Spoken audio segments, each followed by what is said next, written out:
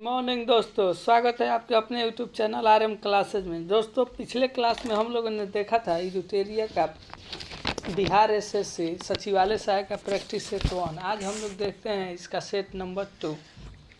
दोस्तों, जो भी हमारे चैनल पर नए हैं उसको सब्सक्राइब कर ले और शेयर कर दे, जिससे और भी आप लोगों को दोस्तों को इसका फ़ायदा मिल सके। दोस्तों, देखते हैं आज हम लोगों इस सेशन में जीके और जीएस और साइंस का क्वेश्चन देखेंगे 75, और मैथ और रीजनिंग का क्वेश्चन किसी दूसरे सेशन में देखेंगे। चलते हुए हैं दोस्तों क्वेश्चन 1 की तरफ। जो हमारा पहला क्वेश्चन है वह कह रहा है कि मुद्रा सभी परिसंपत्तियों में सबसे तरल है। ऑप्शन ए, क्योंकि यह सार्वभौमिक रूप से स्वीकार है। ऑप्शन बी, क्योंकि यह एक वैध मुद्रा है। ऑप्शन सी, क्योंकि यह विक्रय का माध्यम है। ऑप्शन डी, उपयुक्त में से कोई नहीं। तो दोस्तों, इसका आंसर हो जाएगा मुद्रा जो होता है क्योंकि यह एक सार्वभौमिक रूप से स्वीकार है। चलते हैं हम लोग 2 नंबर क्वेश्चन की तरफ। जो हमारा 2 नंबर क्वेश्चन है वो कह रहा है कि पूंजीवादी अर्थव्यवस्था को निम्नलिखित में से किस अन्य नाम से भी जाना जाता है। ऑप्शन ए, सार्वजनिक अर्थव्यवस्था। ऑप्शन बी, बाजार अर्थव्यवस्था। ऑप्शन सी, मिश्रित अर्थव्यवस्था। ऑप्शन डी, समाजवादी अर्थव्यवस्था। तो दोस्तों, पूंजीवादी अर्थव्यवस्था को हम लोग बाजार अर्थव्यवस्था के नाम से जानते हैं, इसलिए हमारा ऑप्शन बी सही हो जाएगा। हम चलते हैं क्वेश्चन नंबर 3 की तरफ। तो हमारा 3 नंबर क्वेश्चन है वो कह रहा है कि सागरमाला परियोजना से भारत का निम्न में से कौन सा इंफ्रास्ट्रक्चर क्षेत्र संबंधित है। ऑप्शन ए, दूरसंचार क्षेत्र। Option B, railway. Option C, सड़क इंफ्रास्ट्रक्चर। ऑप्शन डी, बंदरगाह। तो सागरमाला परियोजना है वो बंदरगाह क्षेत्र से संबंधित है। ये सागरमाला जो परियोजना है, इस परियोजना के तहत देश के सभी बंदरगाहों को आपस में जोड़ना तथा आधुनिकीकरण से संबंधित है। अब हम लोग चलते हैं अगले क्वेश्चन 4 नंबर की तरफ। हमारा 4 नंबर क्वेश्चन है वो कह रहा है कि भारत में कृषि आय की गणना किस विधि द्वारा की जाती है। ए, उत्पादन विधि। बी, आय विधि। ऑप्शन सी, व्यय विधि। ऑप्शन डी, प्रवाह विधि। तो जो भारत में कृषि आय की गणना हम लोग उत्पादन विधि के द्वारा करते हैं, यानी ऑप्शन ए हम लोगों का सही हो जाएगा।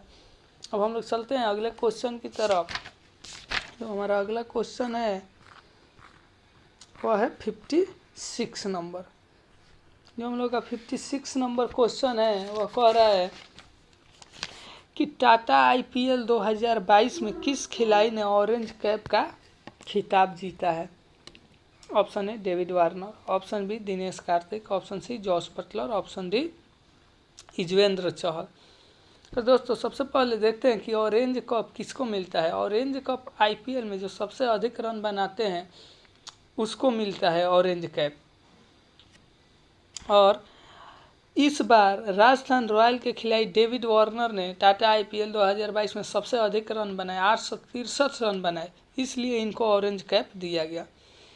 तो इसलिए इसका आंसर हो जाएगा ऑप्शन है, डेविड वार्नर को ऑरेंज कैप मिला।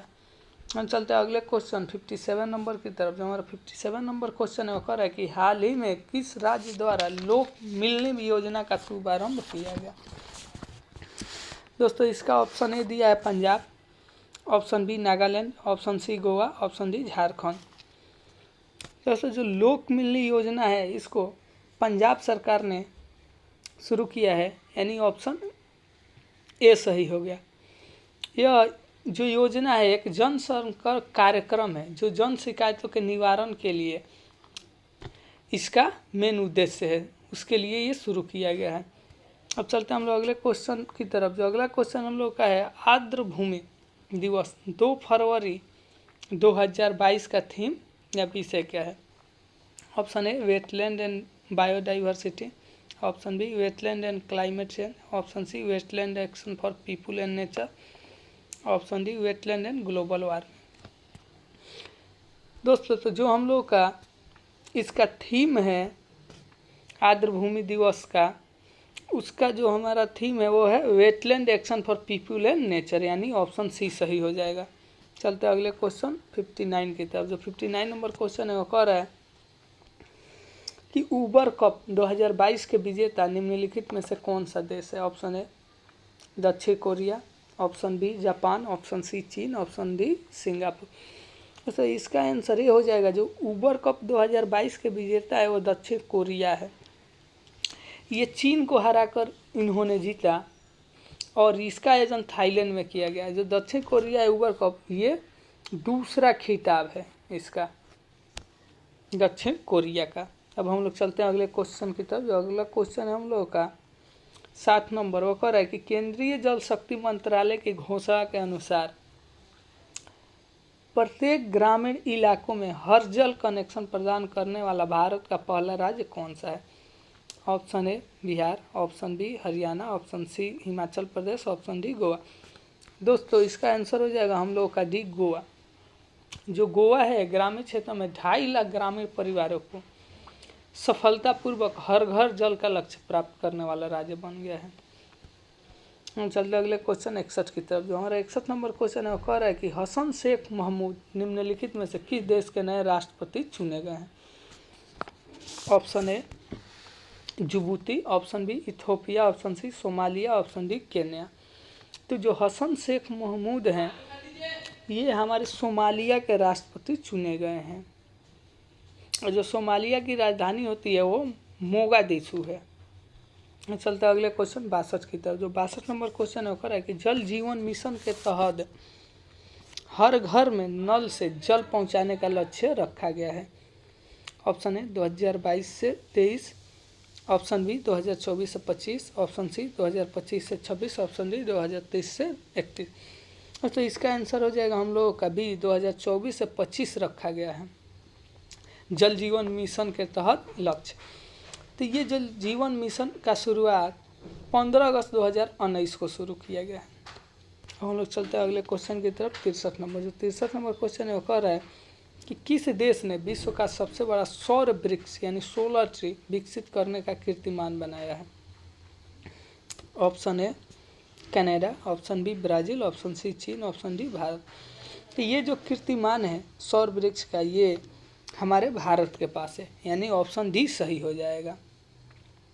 जो भारत में है ये पश्चिम बंगाल के दुर्गापुर में दुनिया का सबसे बड़ा सोलर ट्री यानी वृक्ष स्थापित किया गया है। इस सोलर ट्री की 11.5 किलोवाट बिजली उत्पादन किया जा सकता है इससे। चलते अगले क्वेश्चन 64 नंबर के। 64 नंबर क्वेश्चन है वो कह रहा है कि सितंबर 2021 को जारी वैश्विक नवाचार सूचकांक यानी ग्लोबल इनोवेशन इंडेक्स 2022 में भारत किस स्थान पर है? ऑप्शन ए 42वां, ऑप्शन बी 46वां, ऑप्शन सी 48वां, ऑप्शन डी 52वां यानी 52। यानी इसका आंसर हो जाएगा 46वें नंबर पे है ग्लोबल इंडेक्स 2021 में भारत का स्थान। इस सूचकांक में प्रथम तथा अंतिम देश क्रमशः, जो प्रथम देश है वो स्विट्जरलैंड है तथा अंतिम देश कौन सा है? यमन है। चलते हैं हम लोग अगले क्वेश्चन की तरफ। जो अगला क्वेश्चन है 65 नंबर का रहा है कि भारत में कब तक औसत अनुमानित आयु 70 वर्ष करने का लक्ष्य है? Option A 2022, option B 2025, option C 2030, option D 2035। दोस्तों इसका आंसर हो जाएगा ऑप्शन बी 2025।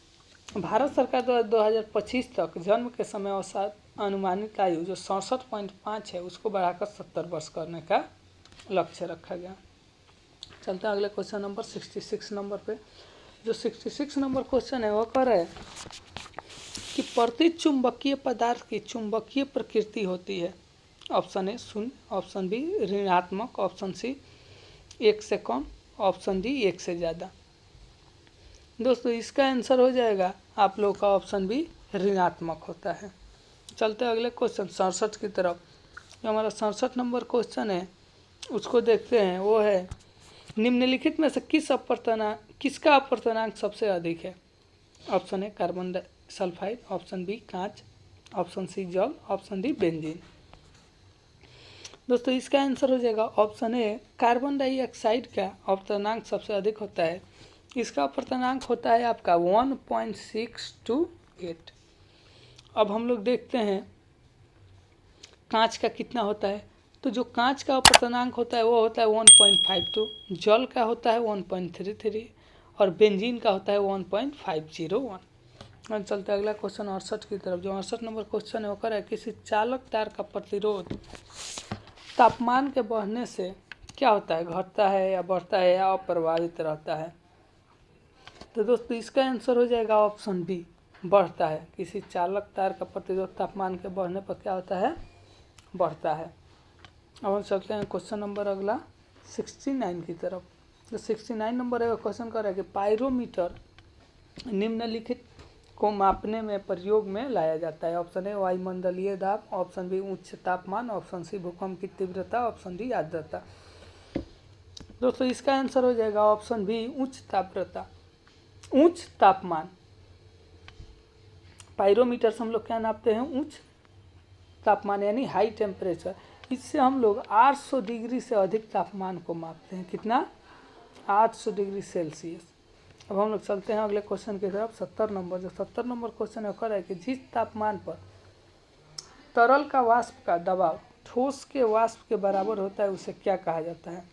ऑप्शन ए गलनांक, ऑप्शन बी क्वथनांक, ऑप्शन सी ऊर्ध्वपातन बिंदु, ऑप्शन डी हिमांक बिंदु। तो इसको हम लोग बोलते हैं हिमांक बिंदु। चलते हम लोग अगले क्वेश्चन की तरफ 71 नंबर। जो 71 नंबर क्वेश्चन है कर रहा है कि सरल आवर्त गति में एक सरल लोलक के लिए निम्नलिखित कथनों में से कौन सही है। ऑप्शन ए मध्य स्थिति में गतिज ऊर्जा अधिकतम होती है, ऑप्शन बी मध्य स्थिति में स्थिति ऊर्जा अधिकतम होती है, ऑप्शन सी मध्य स्थिति में त्वरण अधिकतम होती है, ऑप्शन डी सभी सही है। तो दोस्तों इसका आंसर हो जाएगा ऑप्शन ए, मध्य स्थिति में गति ऊर्जा क्या होती है, अधिकतम होती है।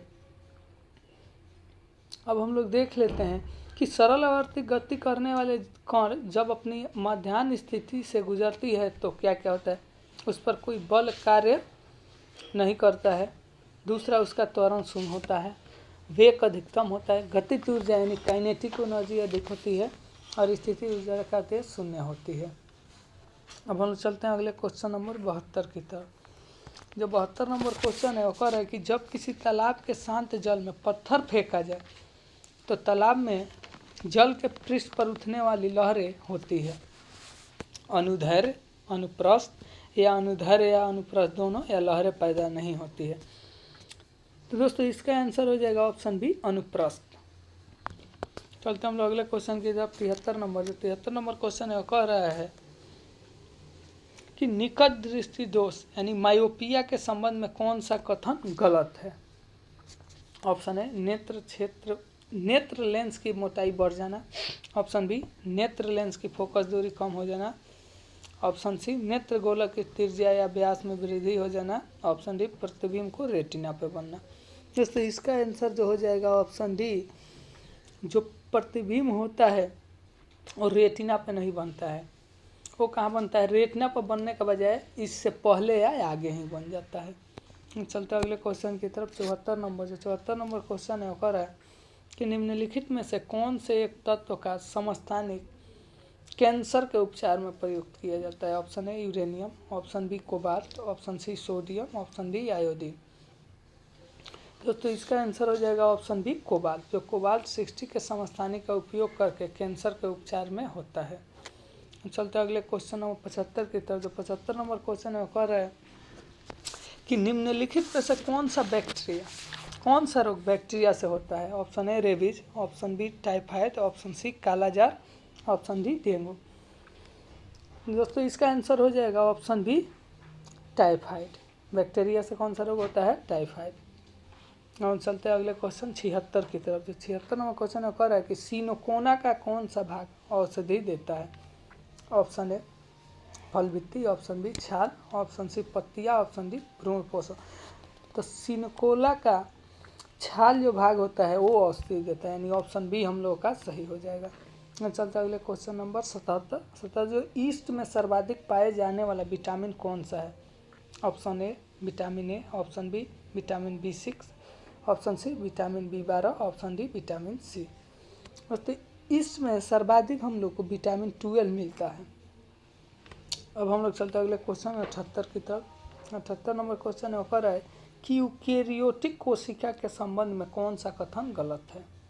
ऑप्शन ए इनमें समसूत्री कोशिका विभाजन होता है, ऑप्शन बी इनमें श्वसन तंत्र माइक्रोकोन्डिया में होता है, ऑप्शन सी, इनमें रक्तिका उपस्थित नहीं होता है। ऑप्शन डी, इनमें ATS प्रकार के राइबोसोम होता है। दोस्तों इसका आंसर हो जाएगा ऑप्शन सी, इनमें रक्तिका उपस्थित नहीं होती है। हम चलते हैं अगले क्वेश्चन की तरफ। 79 जो 79 नंबर क्वेश्चन है वो कह रहा है कि हमारे शरीर में त्वचा की सतह के नीचे मौजूद वसा किसके विरुद्ध अवरोध का कार्य करती है। ऑप्शन ए, शरीर से ऊष्मा की क्षति। ऑप्शन बी, शरीर के अनिवार्य द्रवों की क्षति। ऑप्शन सी, शरीर से लवण की क्षति। ऑप्शन डी, पर्यावरण से हानिकारक सूक्ष्मजीवों का प्रवेश। दोस्तों इसका आंसर हो जाएगा ऑप्शन ए, शरीर से ऊष्मा की क्षति। हम चलते अगला क्वेश्चन नंबर 80 की तरफ। जो 80 नंबर क्वेश्चन है वो कह रहा है कि फलों का मधुर या मीठा स्वाद किसके कारण होता है। Option A, fructose. Option B, lactose. Option C, maltose. D, इनमें से कोई नहीं। तो दोस्तों फलों का मीठा स्वाद जो होता है फ्रक्टोस के कारण होता है, यानी ऑप्शन ए हम लोगों का सही हो गया। अब हम लोग देख लेते हैं, लैक्टोस जो होता है दूध में पाई जाने वाली शर्करा है, जबकि माल्टोस जो है वो शर्करा को अनाज से प्राप्त किया जाता है। चलते हम लोग अगले क्वेश्चन की तरफ। 81 जो 81 नंबर क्वेश्चन है वो कह रहा है कि निम्नलिखित में से नाइट्रोजन किसका अनिवार्य घटक होता है। ऑप्शन ए, समस्त वसा का। ऑप्शन बी, समस्त सभी विटामिनों का। ऑप्शन सी, सभी कार्बोहाइड्रेट का। ऑप्शन डी, सभी प्रोटीन का। दोस्तों इसका आंसर हो जाएगा ऑप्शन डी, सभी प्रोटीन का। हम चलते हैं अगला क्वेश्चन 82 नंबर। जो 82 नंबर क्वेश्चन है वो कह रहा है कि निम्नलिखित में से कौन सा फल सत्य है। ए, आम। बी, सेब। ऑप्शन सी, नाशपाती। ऑप्शन डी, सभी। तो दोस्तों इसका आंसर हो जाएगा ऑप्शन ए, आम जो है सत्य फल है। जिस फल के बनने में पुष्प का केवल अंदाज से ही भाग लेता है उसे सत्य फल कहा जाता है, जैसे आम हो गया, अंगूर हो गया, मटर हो गया। अब हम चलते हैं अगले क्वेश्चन 83 की तरफ। जो हम 83 नंबर क्वेश्चन है वो कर रहा है निम्न में से कौन सा सही सुमेलित नहीं है। ऑप्शन ए, कोशिका सिद्धांत, Robert Hooke. Option B, lysosome, de Duve. Option C, insulin Banting and Best. Option D, रक्त परिसंचरण, विलियम हार्वे।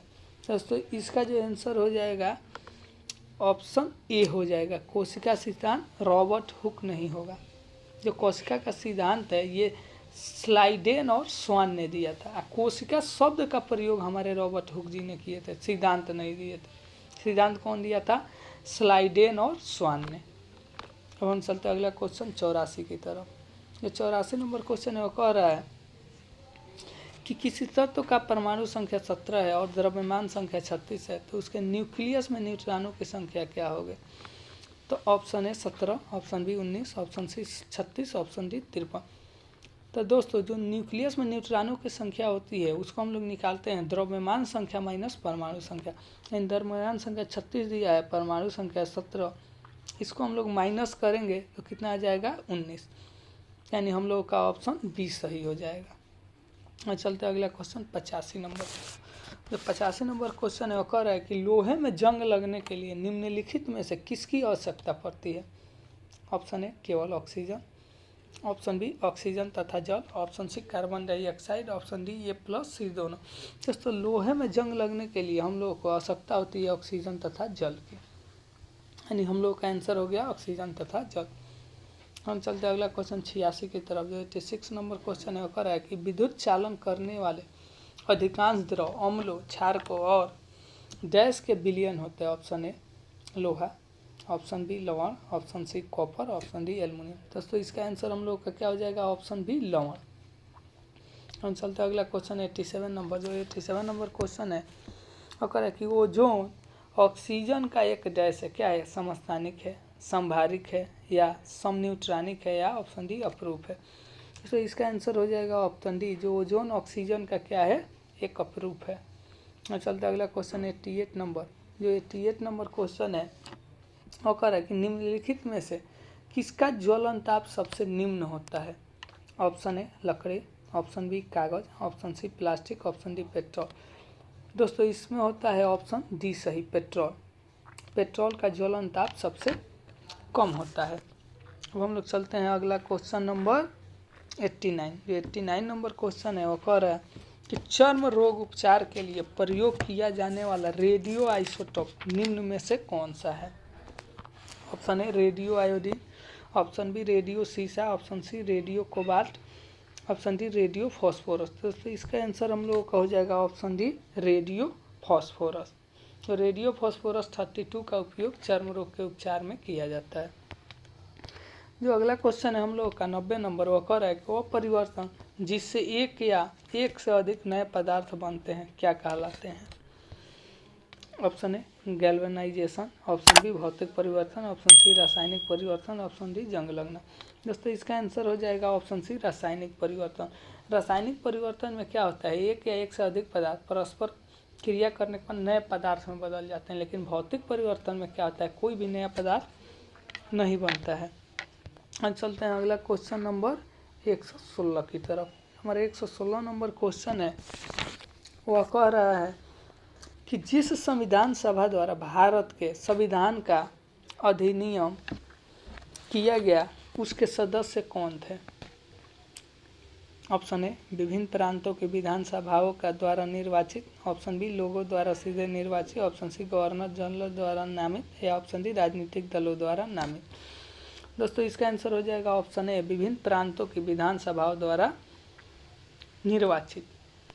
अब हम चलते अगला क्वेश्चन 117 की तरफ। जो 117 नंबर है वो कह रहा है निम्नलिखित में से कौन सा निजी स्वतंत्रता का एक आधार है?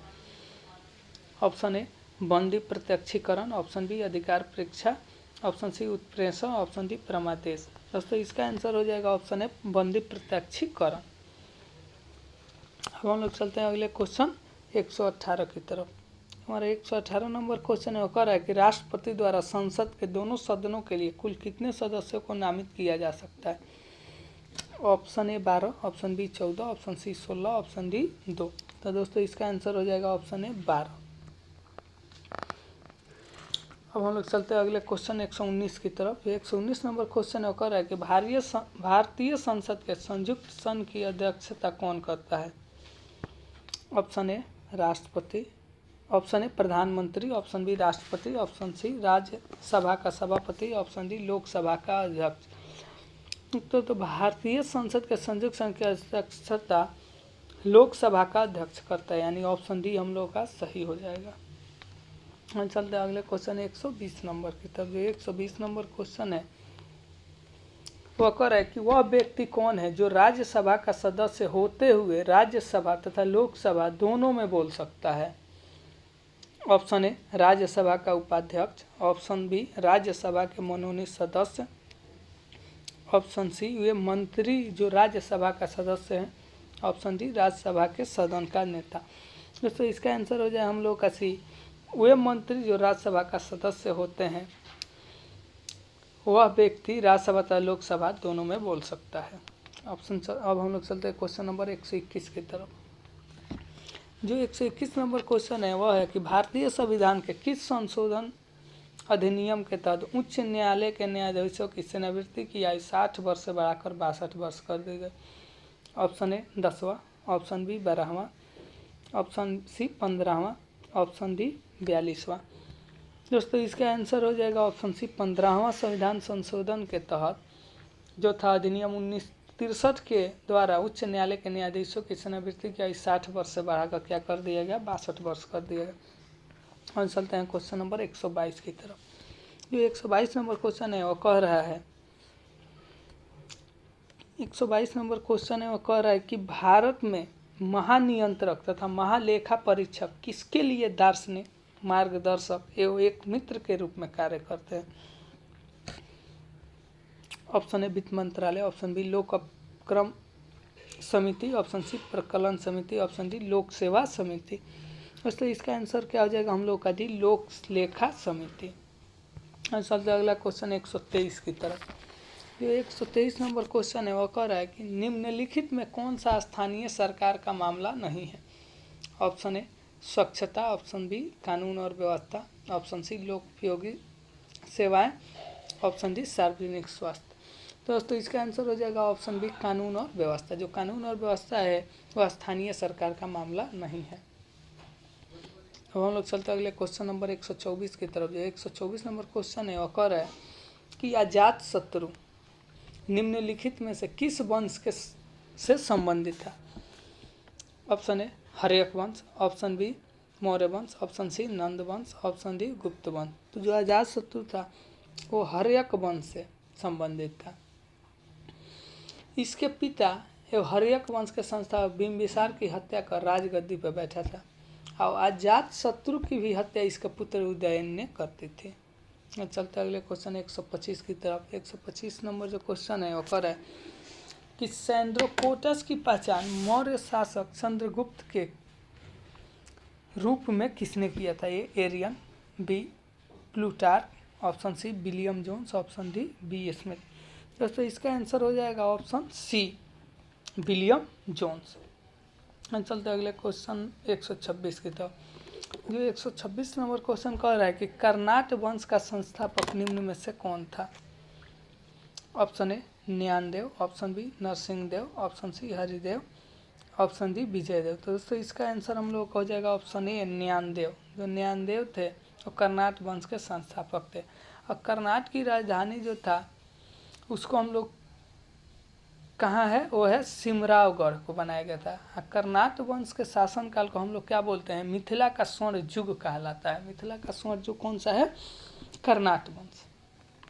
अब हम लोग चलते हैं अगला क्वेश्चन 127 की तरफ। जो 127 नंबर क्वेश्चन है वो कर है कि फिरोज तुगलक द्वारा स्थापित दारुल सफा निम्नलिखित में से किससे संबंधित है? ऑप्शन ए दानशाला, ऑप्शन बी खैराती अस्पताल, ऑप्शन सी पुस्तकालय, ऑप्शन डी तीर्थ यात्रियों के लिए अतिथि गृह। तो जो फिरोज तुगलक द्वारा स्थापित दारुल सफा था वो खैराती अस्पताल था, यानी ऑप्शन भी सही हो जाएगा।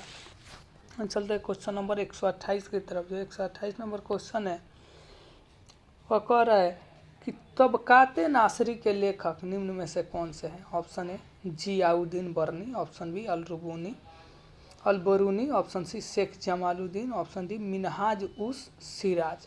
तो दोस्तों तबकाते नासरी के लेखक हैं मिनहाज उस सिराज, यानी ऑप्शन डी सही हो जाएगा।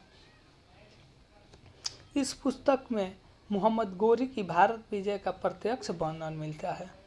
अब चलते अगले क्वेश्चन 129 की तरफ। 129 नंबर क्वेश्चन होकर है कि दसवंत और वासवान नामक प्रसिद्ध चित्रकार निम्न में से किस मुगल सम्राट के राज दरबारी थे?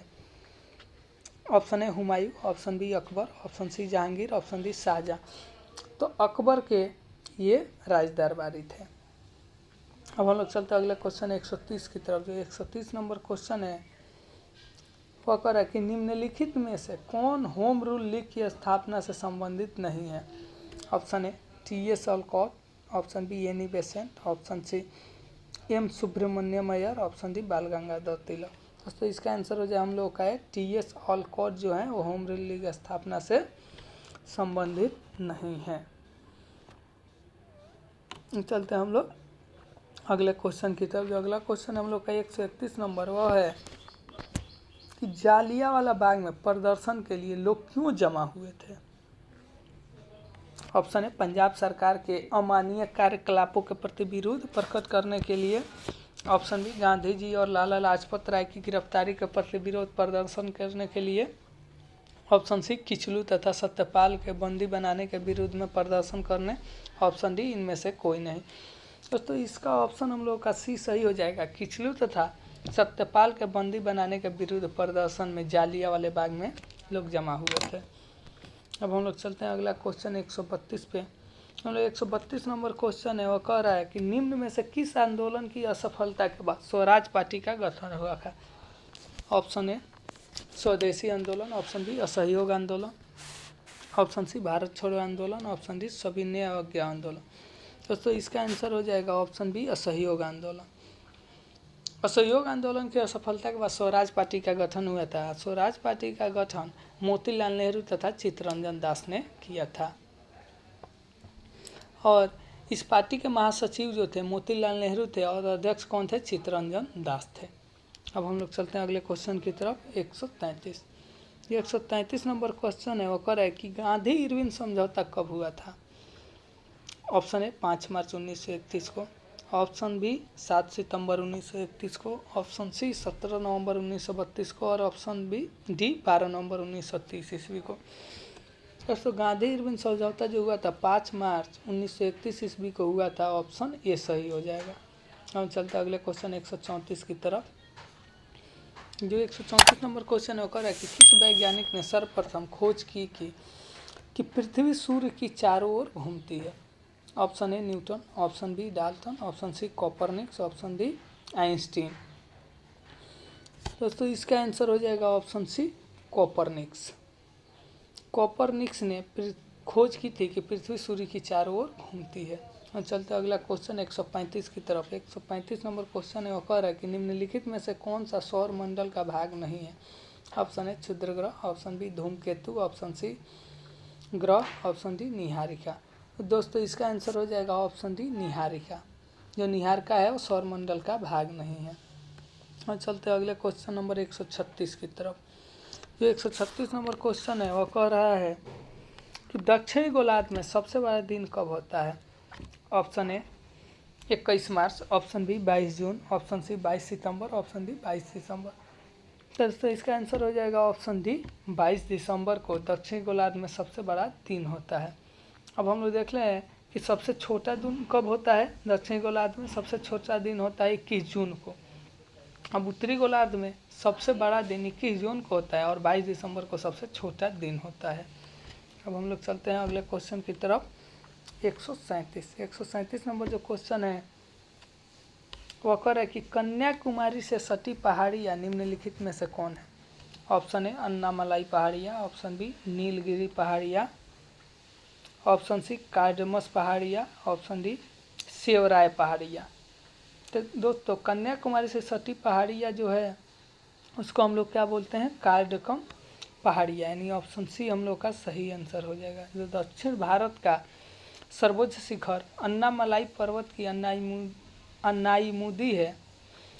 अन्नामलाई के दक्षिण में कार्डम यानी इलायची की पहाड़ी है जो कन्याकुमारी के नज़दीक स्थित है।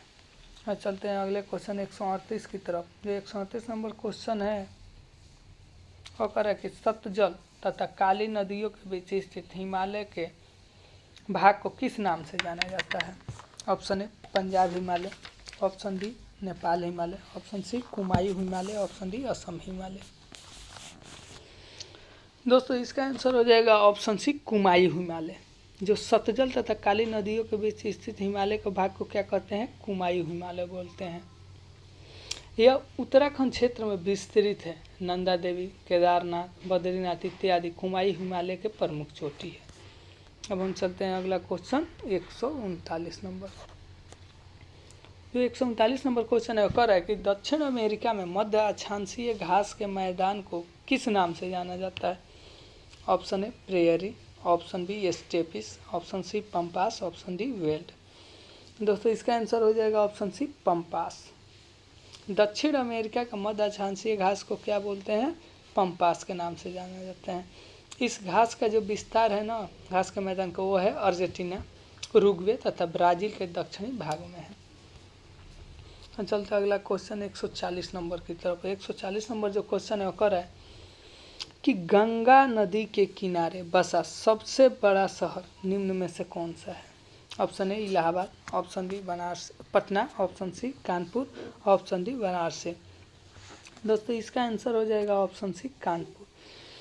2011 के जनगणना के अनुसार गंगा नदी के किनारे बसे शहर कौन सा है, सबसे बड़ा कानपुर है, उसके बाद पटना है, उसके बाद बनारसी है, उसके बाद इलाहाबाद है।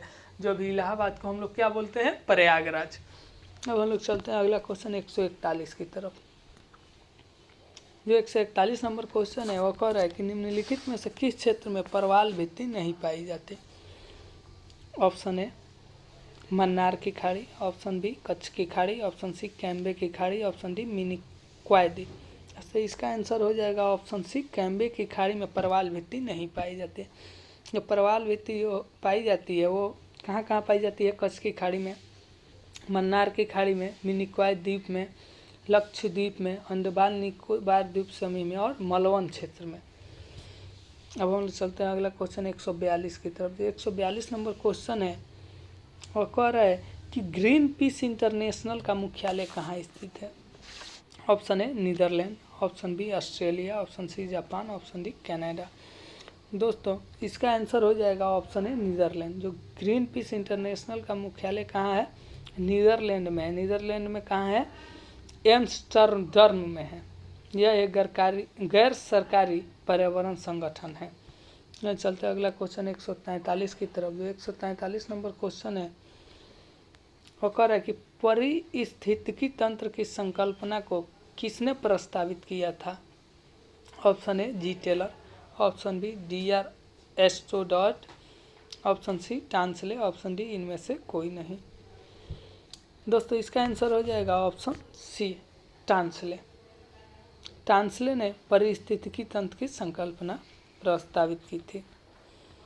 कितने ईस्वी में किए थे ये? 1935 ईस्वी में।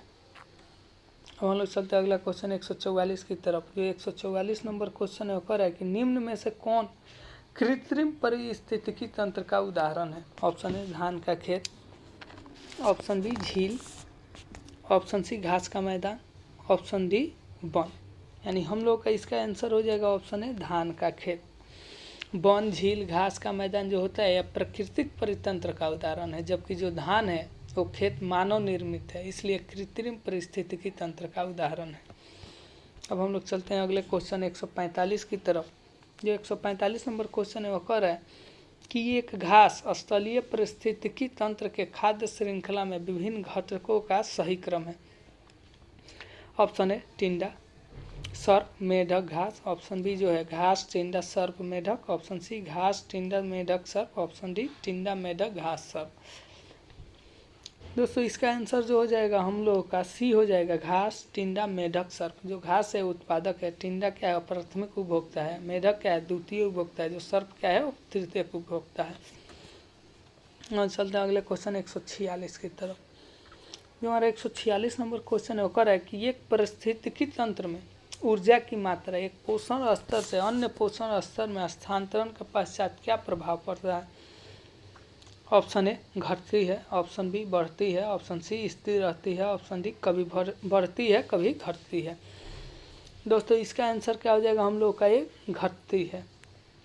अब हम लोग चलते हैं अगले क्वेश्चन नंबर 147। जो 147 नंबर क्वेश्चन है वो कह रहा है कि दक्षिण गंगोत्री निम्न में से कहाँ स्थित है? ऑप्शन ए अंटार्कटिका में, ऑप्शन बी आर्कटिक में, ऑप्शन सी उत्तराखंड में, ऑप्शन डी हिमाचल प्रदेश में। दोस्तों दक्षिण गंगोत्री कहाँ स्थित है? अंटार्कटिका में। इसे श्वेत महादेश के नाम से भी जाना जाता है। जो अंटार्कटिका स्थापित भारत का पहला अनुसंधान केंद्र जो दक्षिण गंगोत्री था, जिसे 1984 ईस्वी में स्थापित किया गया था। कब? 1984 ईस्वी में। हम चलते हैं अगला क्वेश्चन 148 नंबर क्वेश्चन है वो कह रहा है कि जंतर मंतर का निर्माण निम्नलिखित में से किसके द्वारा करवाया गया है? Akbar, option B Jai Singh, option C Shivaji, option D Jahangir. दोस्तों इसका आंसर हो जाएगा ऑप्शन बी जय सिंह। सवाई जय सिंह ने ज्योतिष एवं नक्षत्र विज्ञान के अनुसंधान हेतु 5 वेधशालाएं खोली। कहाँ कहाँ? दिल्ली, मथुरा, उज्जैन, जयपुर और बनारसी में।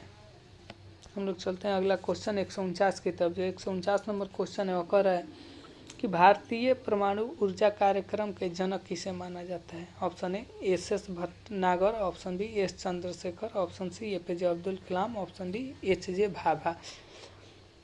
तो दोस्तों भारतीय परमाणु ऊर्जा कार्यक्रम का जनक HJ भाभा को माना जाता है, यानी ऑप्शन डी हम लोग का सही हो जाएगा। इनकी अध्यक्षता में 10 अगस्त 1948 ईस्वी को परमाणु ऊर्जा आयोग का गठन किया गया था। कब? 10 अगस्त 1948 ईस्वी को। हम लोग चलते हैं अगले क्वेश्चन 150। जो इस सेशन का लास्ट क्वेश्चन है वो कह रहा है कि भारतीय जनगणना 2011 के अनुसार बिहार राज्य का लिंगानुपात क्या है? Option A 918, option B 925, option C 935, option D 943।